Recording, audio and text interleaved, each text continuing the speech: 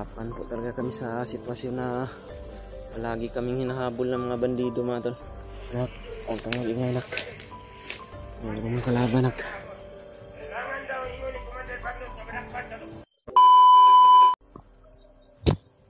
Yun mga tol, mapagpalang hapon po o mapagpalang gabi sa inyong lahat dyan. Dito pa rin kami ngayon sa gubat mga tol. Malayo-layo na po kami doon sa kinaroroonan namin nung kalsada sana na labas sa sana ng bundok. Ngunit pinahabol po talaga kami ng mga tauhan ni Commander Butakal mga tol at ni Commander Bagnot. Nagsanod pwersa na po sila ngayon mga tol para mahuli po kami. Sila Butakal, Commander Bagnot at si Commander Bangkil. Si Commander Bangkil pala mga tol yung may hawak ngayon sa asawa ko o yung ina po ng anak ko mga tol. Dito kami pa rin ngayon sa gubat mga tol. Madilim na po yung paligid ngayon. Malapit na pong mawala yung mga liwanag ng langit. At sana mga tol, ipagdasal nyo po kami na wala pong masamang mangyari sa amin sa mga plano po ng mga bandido na ihulihin daw nila kami. Dahil gusto talaga nila na makuha kaming tatlo ni Bradib. Kaya lahat ng daanan dito sa bundok mga tol, pababa patungo sa bayan, napakarami po ng mga tauhan ni Commander Butakal at ni Commander Bagnot. Nagdagdag po sila ng maraming tauhan mga tol. Kaya hindi talaga kami ni Bradib makapagpatuloy. Mama! Oh mama! Mama! Nga na. Lagi. Sana po mga tol, tulungan nyo po kami ni Bradib. Pagdasal mga tol na makayanan namin itong sitwasyon namin ngayon. Umiiyak po yung anak ko mga tol dahil hanap niya parati yung mama niya. O lagi. Hilong.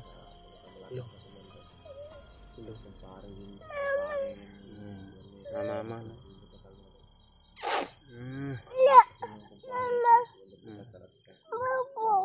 Ayun na po kami nakapag-video mga tol dahil hirap po talaga kami iniwasan po namin na mag-video sa nahabol pa rin kami hanggang sa ngayon mga tol. Parang nawala yung mga boses ng bandido. Kaya nag-video kami sandali ni Bradib para mayroon kaming upload sa aming YouTube mga tol at makita po ng mga kasama namin kung ano po yung sitwasyon namin ngayon. Kaya napakarami po ng mga laban dito sa paligid namin mga tol. Lagi hinahanap niya parati yung ina niya mga tol. At mayroon po siyang iniinda na sakit ngayon mga tol. Bumalik po yung ubo at sipon niya at nilalagnat po siya.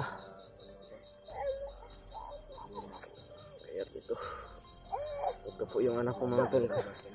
Pag mayroon siyang karamdaman, laging umiiyak. Lagi. At nalilito na po talaga tong isipan ko mga tol kung paano kami makakalabas dito sa bundok na ito. Dahil plano talaga ni Commander Butakal at ni Commander Bagnot na mahuli po talaga kami. Kaya inikutan na po nila lahat ng kabundukan dito mga tol.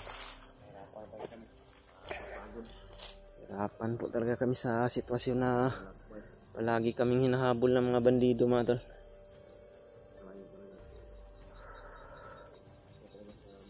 Sana po mga tol,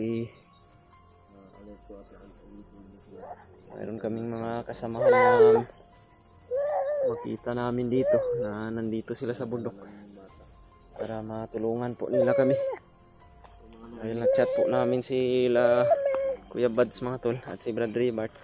Iaakyat daw sila mga tol para po tulungan kami dito o tulungan nila kami na masundo kami dito sa bundok para makalabas daw kami ng ligtas mga tol.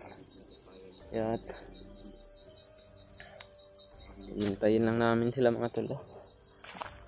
At hahanap po kami ng simpo ni Bradib kung sakali man makahanap kami ng ibang daan palabas ng bundok. Sana po makasalubong namin sila para makababa kami ng ligtas at maiuwi ko na tong anak ko mga tol, dahil mayroon po siyang iniinda na maraming karamdaman. Maraming nag-chat sa akin, Brad. Mayroon siyang ubo at sipon at nilalagnat po siya mga tol. Oo, lagi. Dinadalang sakit talaga si anak ni dinadalang karamdaman. Huwag ka maingay ha. Tabi.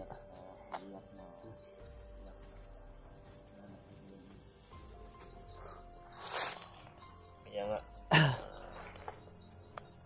nagporsigido kami ni Brad. Madilim na po yung paligid mga tol. Palabas. Kaya magmatsyag muna kami dito ni Bradib mga tol. Kung sakaling walang kalaban dito lang muna kami magpapahinga ngayong gabi. Papalipas po kami ng dilim dito ay ng gabi. At kailangan na makakita kami ng mga sikti o lugar na wala masyadong kalaban mga tol.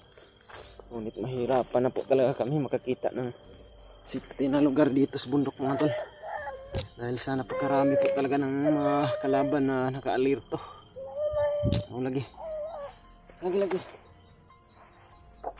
Yung karamdaman ng anak ko ngayon mga tol, laging umiyak, hinahanap yung kanyang ina. Sana po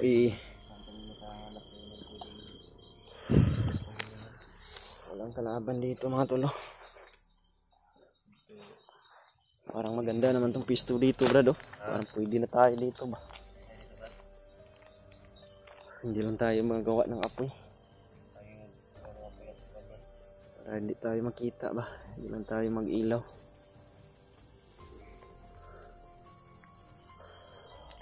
Madilim na talaga yung paligid mga tol. Yat. Grabe ba katol?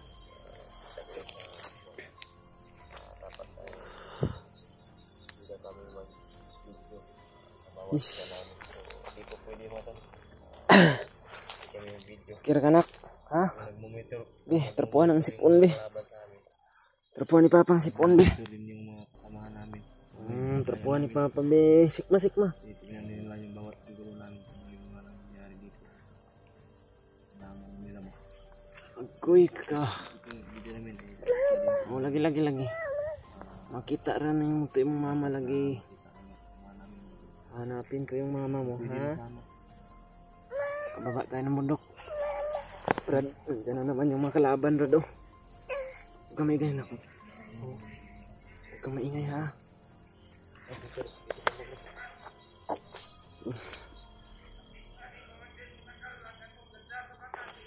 Dyan na naman yung mga kalaban, mga tol. Ang tauhan to ni Commander Butakal. Nakasunod pala sa amin.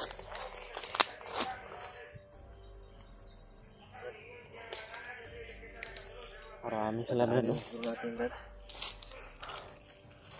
Masid muna kami dito mga tol.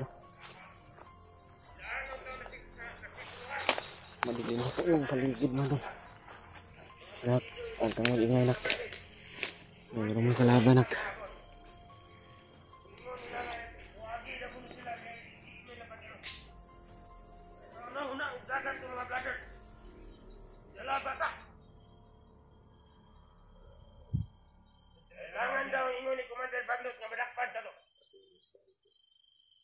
Inutusan pala ito ni Commander Bagnot mga tol.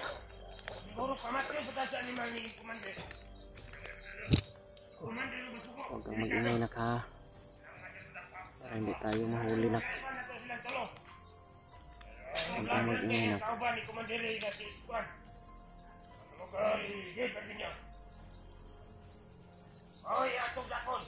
Karami nila na. Ang ingon si Commander Bagnot. Ang surprise to sa ganit.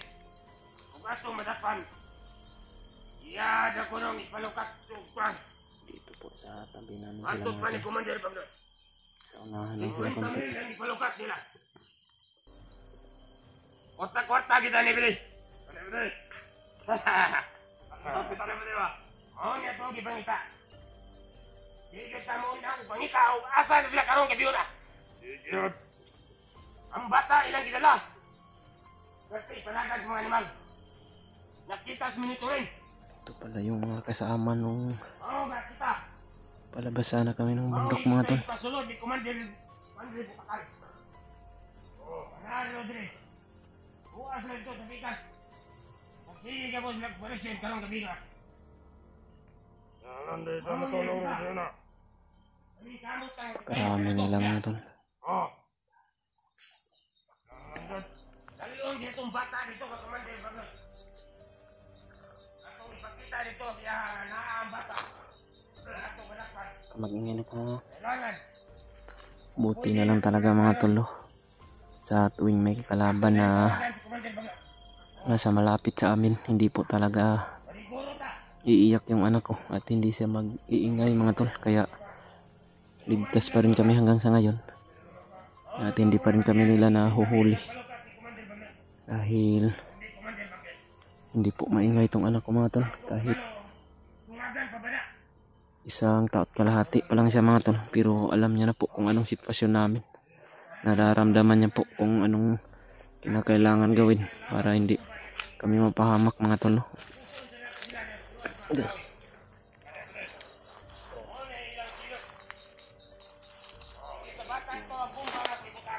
Kailangan natin maghanap ng ibang lugar, Brad.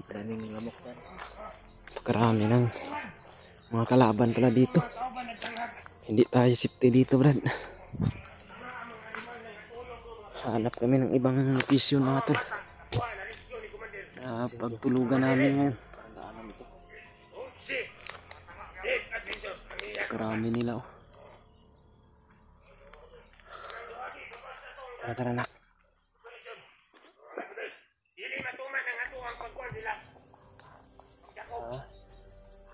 Tara.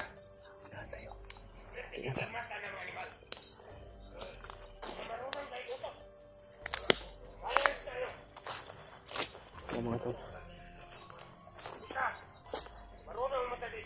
Hanap kami ng ibang location mga tol.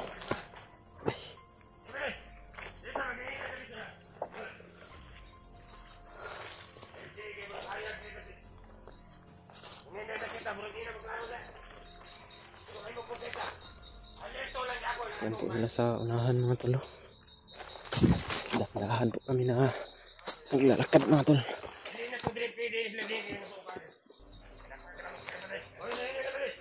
Huwag kang mag-ingay na ka para hindi tayo makita nila o mahuli.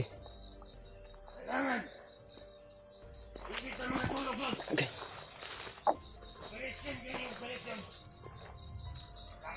Makita na itong bata katong iyang amahan. Hindi ko madali. Okay, at dito. Ha? Oo. Nangan nga ito kumanong din eh. Atong panat. Di ko madali bagay. Okay, kumandan bagay. Di kumandan Bukakal may nakasutado. Ilang gigugot. Tindagan sa mga animal. Kumandan Bukakal ba tayo?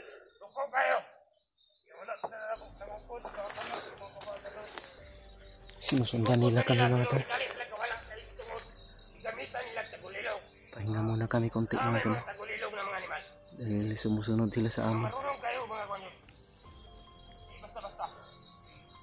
Papalipasin muna namin sila ito mga tol. Hindi ka makatang. Wala kayo na buwanan ito mga tahanan. Kanadala na itong ganyan. Siguro kinidala din.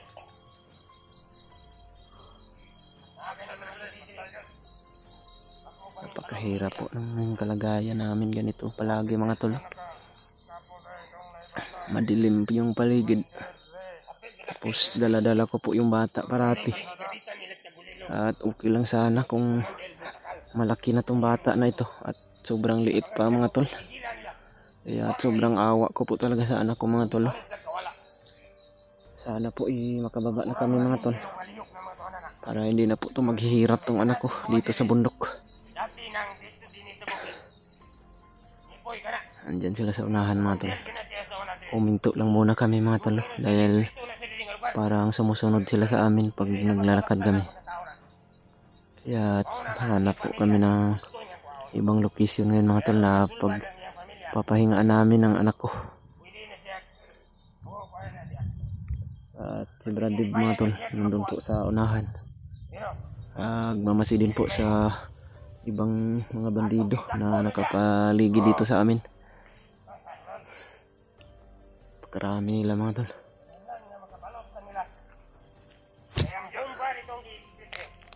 Anak. Okay. Pagkarami ng lamok nak.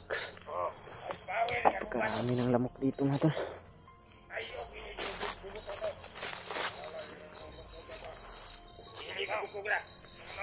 Urot ka tanan. Hasta lawas golf po.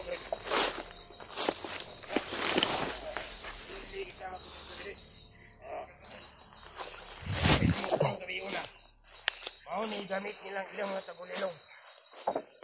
Kita ani. Pag-amping kita. Pag ilang gamiton na ilang tagulilong.